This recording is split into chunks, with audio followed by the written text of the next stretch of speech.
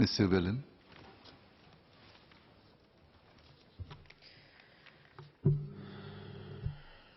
Mr. Speaker, sir, this bill seeks to give the state certain powers to protect adults from abuse, neglect and self-neglect, and focuses on adults who are not able to protect themselves. Nobody can quarrel with such an aim. Even as our intentions are noble, our perception of what is in the vulnerable adult's best interests may not accord with theirs. There is a Bible passage that literally captures the powerlessness that older people feel as they become more dependent on others. In the Acts of the Apostles, Jesus is recorded as saying to his disciple Peter, "When you were younger, you used to dress yourself and go where you wanted. But when you grow old, you will stretch out your hands, and someone else will dress you and lead you where you do not want to go." In this regard, I endorse the fundamental principles set out in Clause 4 of the bill. Clause 4 provides that in exercising any of the powers under the bill, a vulnerable adult must be respected and have the right of self-determination and not be subject to any unnecessary restrictions on his rights and freedom of action. While I support the rationale for the bill, there are a few aspects of the bill that concern me, which I shall summarize as follows. First, what will be the division of work between the ministry under this bill and the Office of the Public Guardian? Second, what is the rigor of assessment to be applied before the state decides to intervene to change a person's living arrangements? I'm worried about possible government overreach causing unnecessary institutionalization of vulnerable adults, which itself would have harmful effects. Third, would the definitions of abuse, neglect and self-neglect in the bill inadvertently discriminate against the poor? I raise these issues so that the ministry can clarify in order to have greater public understanding of how the bill will operate. In addition, I will touch on some areas that need further attention to enable vulnerable adults to live fuller lives. First, division of work under the bill and the Office of Public Guardian.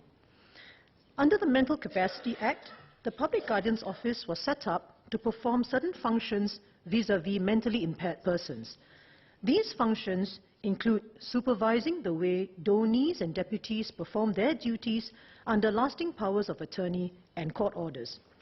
The Public Guardian is tasked with looking into complaints about donees or deputies who do not act in the person's best interests, either in managing his personal welfare or his property and affairs. When this bill is in place, there will be some overlap when it comes to a vulnerable adult's personal welfare. I assume that this bill will tackle the cases where there is no donee or deputy appointed. But the bill also covers cases where there are donees and deputies, as seen, for example, in Clause 6. The question then arises, should there be a case involving donees or deputies that requires state intervention, to whom should a complaint be made? To the Director of Social Welfare under this bill, or to the Public Guardian under the Mental Capacity Act? Or can both be pursued concurrently? Additionally, the bill does not cover abuse of a vulnerable adult's financial assets. Where there are donees or deputies appointed, a complaint can be made to the Public Guardian that the donee or deputy has acted in bad faith. But if there is no donee or deputy, the Ministry has stated that the police would investigate any criminal offences reported. While the criminal justice system is geared towards punishment, how does one undo or reverse financial transactions so as to restore monies or properties to the vulnerable adult?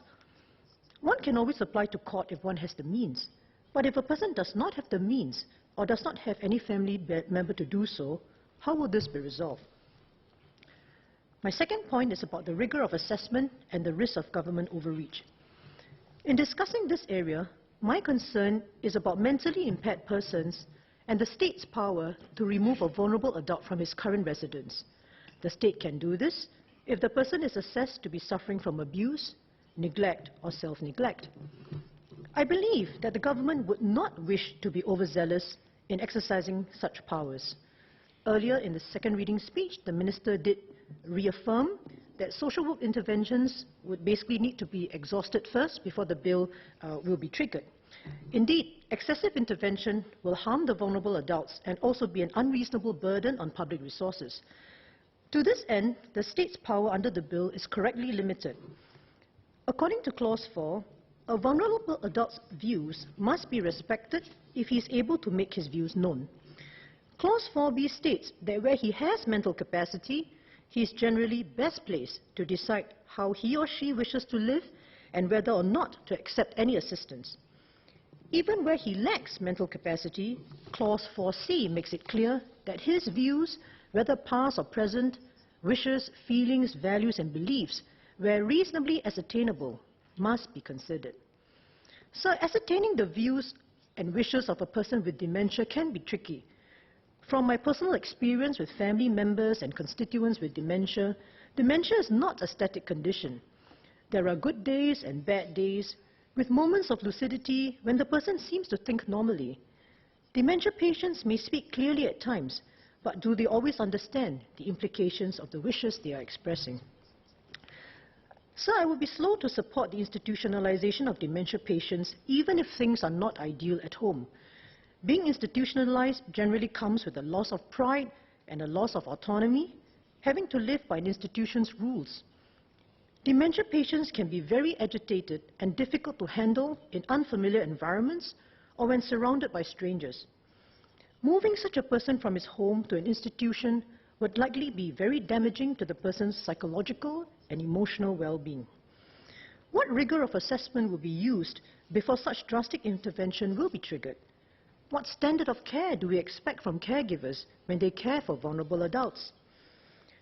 We usually see caregivers being spouses or children who love their family members deeply. However, caring for dementia sufferers is onerous, exhausting, and physically risky.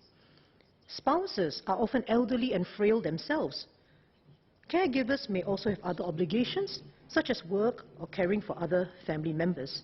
And earlier, I think Minister gave an example of a Madam Chua, and I think her family, fits this description which I've just made. Such caregivers are often not medical or healthcare professionals. By what yardstick will they be assessed if a complaint is made? In this regard, there are somewhat wide definitions in the bill about what amounts to abuse, neglect, and self-neglect. According to Clause 2, a vulnerable adult may be considered to be abused if he is subject to physical, emotional, or psychological abuse, is subject to domination, or has been unreasonably deprived of liberty of movement or well-being. This raises some pertinent questions. For instance, if a caregiver decides not to bring the person out because she cannot manage him in public, is that an unreasonable deprivation of liberty? As for being unreasonably deprived of well-being, the illustrations in Clause 2 also need closer scrutiny. Let us take illustration B. It states that if a caregiver does not dress the adult after bathing her and leaves her unclothed in a room with windows open that can be seen by neighbors, that amounts to depriving a person of her personal dignity. While the modesty of the individual certainly needs respect, there could be valid reasons why the caregiver left the adult as such after a bath. For instance, it could be that the caregiver needed some time to prepare medicines that need to be applied on the person's body. Perhaps the caregiver needed to attend to an urgent phone call or other tasks. Illustration C2 is worth noting. It speaks of a caregiver who refuses to allow a vulnerable adult to receive visitors. But what if the caregiver did so because the adult had reacted badly to visitors in the past, shouting at them and even pushing them away? What if the visitors are young children who might be traumatized to witness such behavior? Before the state exercises its drastic powers of intervention, I would expect that a case-by-case and subjective assessment would have to be made. Next, does the bill risk inadvertent discrimination against the poor? How will the definitions of abuse, neglect, and self-neglect impact poor families or individuals? For instance, we sometimes see multi-generation families living in small rental flats. Will a vulnerable adult sleeping on a mattress without a proper bed be considered neglected? What if the vulnerable adult would benefit from certain treatment which requires payment, but he does not have the means to pay for it? For instance, there are psychiatric drugs to treat aggression, but some of these drugs are not subsidized and are costly, especially when prescribed long-term.